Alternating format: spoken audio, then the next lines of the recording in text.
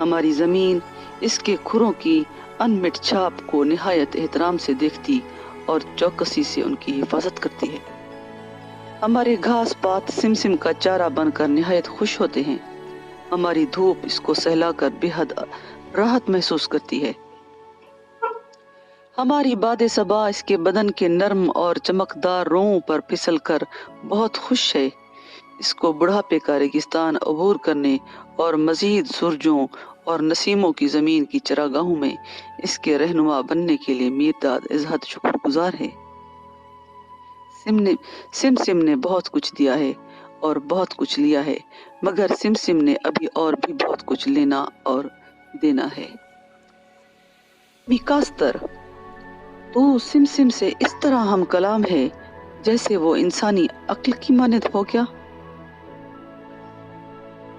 کیا وہ تیرے الفاظ کے معنی سمجھ سکتی ہے؟ میرداد، نیک میکاستر، اہمیت الفاظ کی نہیں بلکہ اس چیز کی ہوتی ہے جو ان کے اندر دھڑکتی ہے اور جانوروں پر بھی اس کا اثر ہوتا ہے۔ اس کے علاوہ مجھے تو مسکین سم کی آنکھوں میں ایک عورت میری طرف جھانکتی ہوئی نظر آتی ہے۔ میکاستر، بوڑھی اور مر رہی سم کے ساتھ اس طرح کی باتیں کرنے سے کیا فائدہ؟ کیا تجھے امید ہے کہ ایسا کر کے تو اس تباہی کو روک دے گا جو بڑھاپا برپا کرتا ہے اور سم کی عمر دراز کر دے گا؟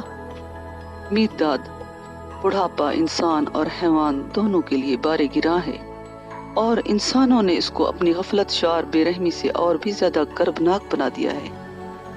وہ نوزائیدہ بچے پر اپنی زیادہ سے زیادہ توجہ اور محبت نثار کرتے ہیں، مگر بڑھاپے کے بوجھ سے دبے ہوئے انسانوں کے لیے وہ اپنی دیکھ بھال سے زیادہ بے پرواہی اور ہمدردی سے زیادہ بیزاری محسوس کرتے ہیں۔ جس طرح وہ کسی شیر خوار بچے کے سن بلوغ تک پہنچنے کے لیے بے چین رہتے ہیں، ٹھیک اسی طرح وہ بوڑھے انسان کے قبر میں جانے کے لیے بے تابی سے منتظر رہتے ہیں۔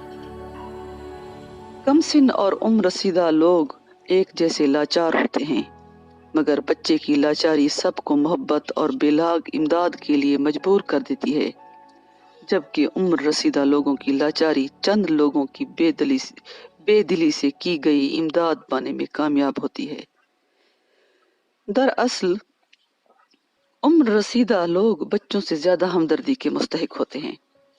جب لفظ کو اس کان میں داخل ہونے کے لیے دیر تک زور سے دستک دینی پڑے جو کبھی خفیف سے خفیف پھسپھساہٹ کے لیے متوجہ اور چوکنا رہا ہو، جب وہ آنکھ جو کبھی نہایت شفاف تھی پرلے درجے کی ہیبت ناک دھبوں اور پرچھائیوں کے رقص کا میدان بن جائے، جب وہ پاؤں جس کو کسی وقت پر لگے ہوئے تھے سیسے کا ڈھیلا بن جائے، اور وہ ہاتھ جو زندگی کو سانچے میں ڈھالتا تھا خود ٹوٹا ہوا سانچہ بن جائے، جب گھٹنے کا جوڑ ہل جائے اور سر گردن پر کٹ پتلی بن کر لٹک جائے، جب اٹھتے بیٹھتے گر جانے کے ڈر سے پسینے چھوٹتے ہوں اور بیٹھتے وقت تکلیف دہ شبہ ہو کہ شاید اب کبھی دوبارہ اٹھا نہیں جائے گا، جب کھاتے اور پیتے ہوئے کھانے اور پینے کے بعد کے اثرات کے خیال سے ڈرتے رہیں اور کچھ نہ کھانے پینے کی حالت میں گھناؤنی موت شکار کے لیے آتی ہوئی راہ دکھائی دے۔ ہاں، جب بڑھاپا انسان کو دبوچ لے تو میرے ساتھیوں تب وہ وقت ہوتا ہے جب اسے کان اور آنکھیں دی جائیں، اس کو ہاتھ اور پاؤں دیے جائیں، اس کی ختم ہو رہی طاقت کو محبت کا سہارا دیا جائے تاکہ وہ محسوس کر سکے کہ وہ جتنا اپنے بڑھتے پھولتے بچپن اور جوانی میں زندگی کو عزیز تھا، اپنی عمر کے آخری برسوں میں بھی کم عزیز نہیں۔ ابدیت میں 4 کوڑی مراد 80 سال بے شک پلک کی ایک جھپک سے زیادہ نہ ہوں، مگر وہ شخص جو 4 کوڑی سال تک اپنے آپ کو بوتا رہا پلک کے ایک جھپک سے کہیں زیادہ ہوتا ہے۔ وہ ان سب کی خوراک کا سامان ہوتا ہے جو اس کی زندگی کی فصل اکٹھی کرتے ہیں، اور وہ کون سی زندگی ہے جس کی فصل کو سب مل کر کاٹتے اور اکٹھا کرتے ہیں؟ کیا تم اس لمحہ بھی ہر عورت اور مرد کی زندگی کی فصل نہیں کاٹ رہے جو کسی وقت اس زمین پر چلتے پھرتے رہے ہیں۔